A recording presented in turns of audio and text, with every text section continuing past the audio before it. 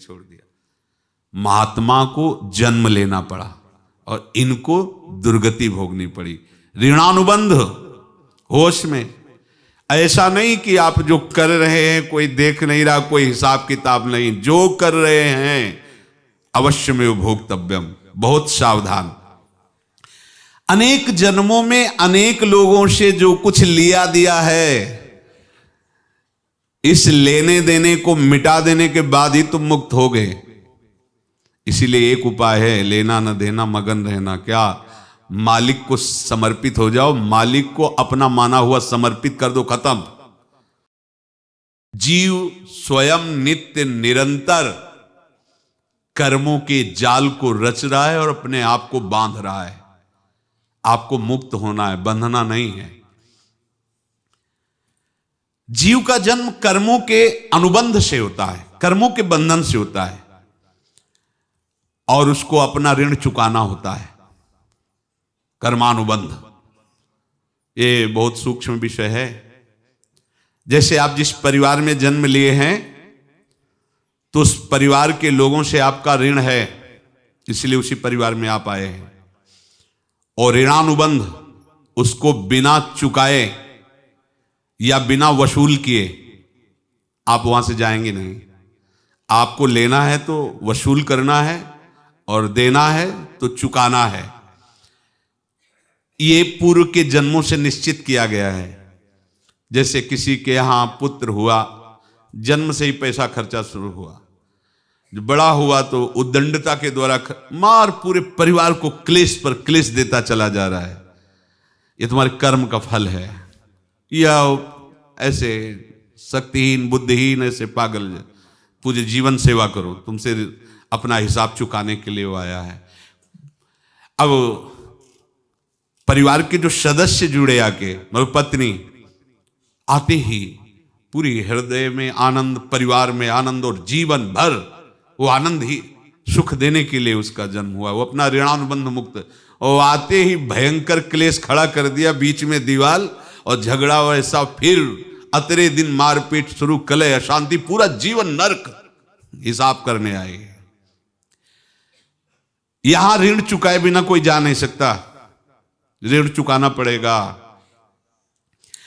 किसी का ऋण वसूल करना है तो किसी को ऋण चुकाना है, दोनों काम करने होते हैं। अनेक जन्मों में अनेक लोगों के साथ हमने जो बर्ताव किए हैं, अच्छे या बुरे, वो होंगे।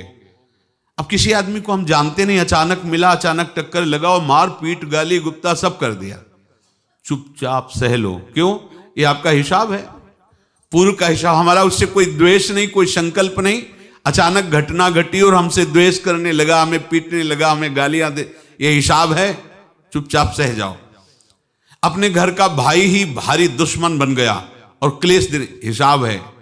एक प्रभुदत्त ब्रह्मचारी जी की वाणी में पढ़ा था, एक महात्मा जी भ्रमण करते थे तो उस समय असरफियां चलती थी, मोहरे असरफियां, तो उनको भेंट में देते लोग। तो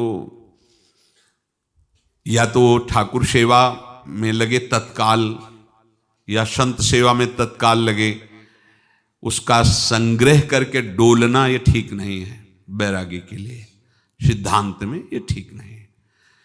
तो जब 2, 4, 6, 8 ऐसे मोहरे हुई तो उन्होंने विचार किया कि और भ्रमण करके जब काफी मोहरे हो जाएंगी तो प्रयागराज में जब कुंभ पड़ता है, एक बार पूरे सब अखाड़े के संतों को, अलग अलग संप्रदाय सब संतों को बुलाएंगे और सबको पुआएंगे। अब साधु है तो यही विचार करेगा, और क्या विचार करेगा। तो उन्होंने ऐसे डंडा बनवाया, बेंत, जो ऊपर से चूड़ीदार और भीतर पोला, और मोहरे उसमें डालते गए। और भ्रमण, जहां जहां श्रद्धालु भगत थे सबके यहां जाना और इच्छा रखना कि एक मोहर तो दे दे दक्षिणा में। कामना कोई भी हो वो बांधती ही है, ध्यान रखना। इसीलिए प्रभु जो चाहे वो करे, अपनी चाह नहीं रखनी चाहिए, अपनी चाह प्रभु की चाह में मिला देनी चाहिए। धीरे धीरे वो छड़ी भर गई, भ्रमण करने वाले महात्मा चूड़ी लगाई इंतजार करते रहे, जब प्रयाग का कुंभ पड़ा तो चले। तो रास्ते में एक गांव में पूछा जाता है, जैसे कहीं रुको कि कोई श्रद्धालु ऐसा है जो संत सेवी है।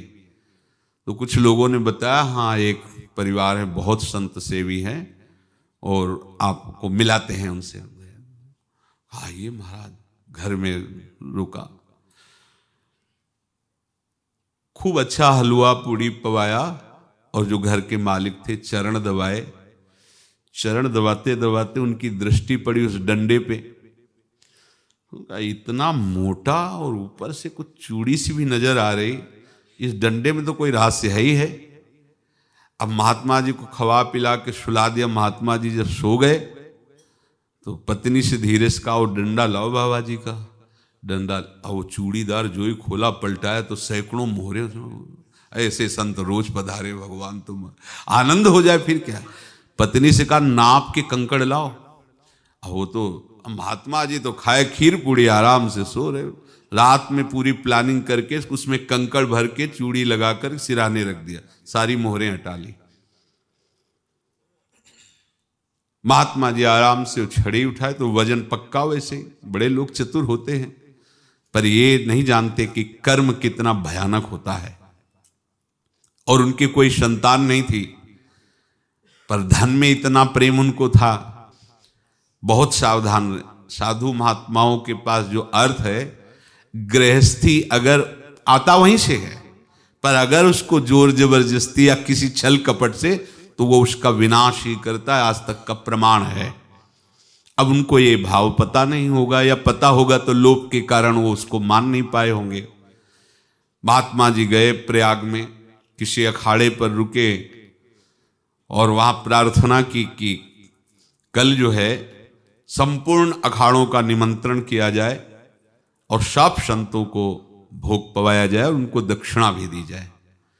महंत ने सोचा कि बहुत बड़ा है तो उत्सव है, क्योंकि प्रयाग में कितने हजारों संत महात्मा सब।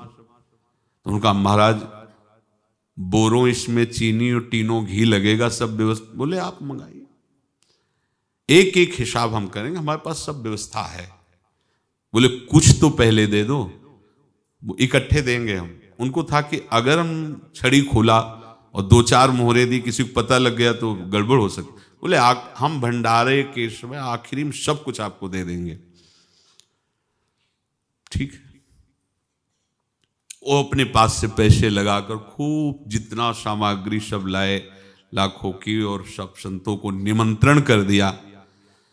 संत जन निमंत्रित हो गए, भंडारा बन रहा है। तब वहां के महंत है, उनका देखो भंडारा भी बन रहा है, संतों को निमंत्रण। अब आप अर्थ की व्यवस्था कीजिए, क्योंकि इतनी बड़ी हमारी सामर्थ्य नहीं थी जितना हमने किसी तरह हमने व्यवस्था की। अब मुझे अर्थ चाहिए, तभी आगे की व्यवस्था बढ़ेगी। संतों को दक्षिणा देंगे और जिनसे अर्थ लिया उनको दे। देखो रसोई बन गई है सब। उनका छत में विश्वास नहीं तो ये अभी चूड़ी खोली। उनको तो था ना कि मोहरे हैं, कंकड़।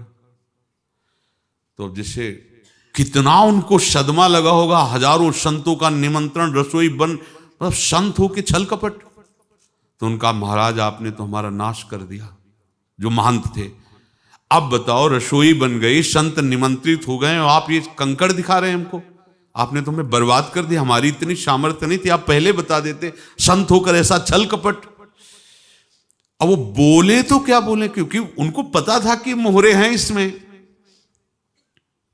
अंदर से उनका चिंतन गया उसी सेठ के पास, अच्छा ऐसा धोखा हमारे साथ किया, भोगोगे तुम। ये जो निकलता है ना भोगोगे, ये अकाट्य होता है।